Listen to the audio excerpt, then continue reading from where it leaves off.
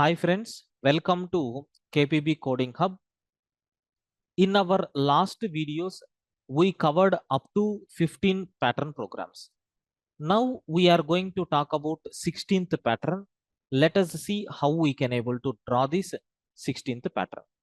Sir, it is the same like previous, but I don't want stars here. I want to display the stars in this style. Okay, I want to display the stars in the next part. Like this, I need to get.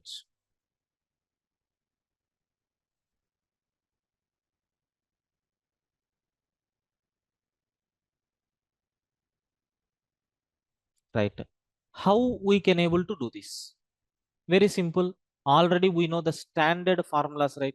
Here the value of I is less than or equal to 5. The value of j is less than or equal to 5. Here the value of I is less than or equal to 5. The value of j is greater than or equal to 5. This pattern also we have printed. The value of I is greater than or equal to 5, but the j value is less than or equal to 5. So if I want to print this particular style, I value is nothing but what? Greater than or equal to 5. But your j value should be greater than or equal to 5 because you are printing j value from 5 to 10. Okay. So how you can able to draw this? You have to apply this logic. Let us execute the program based on this, how it is going to work.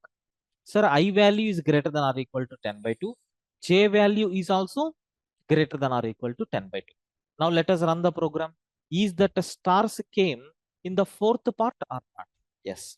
So I think with these four patterns, same kind of genre patterns, so you got some idea how we can able to print the content in this total square in four parts. Okay.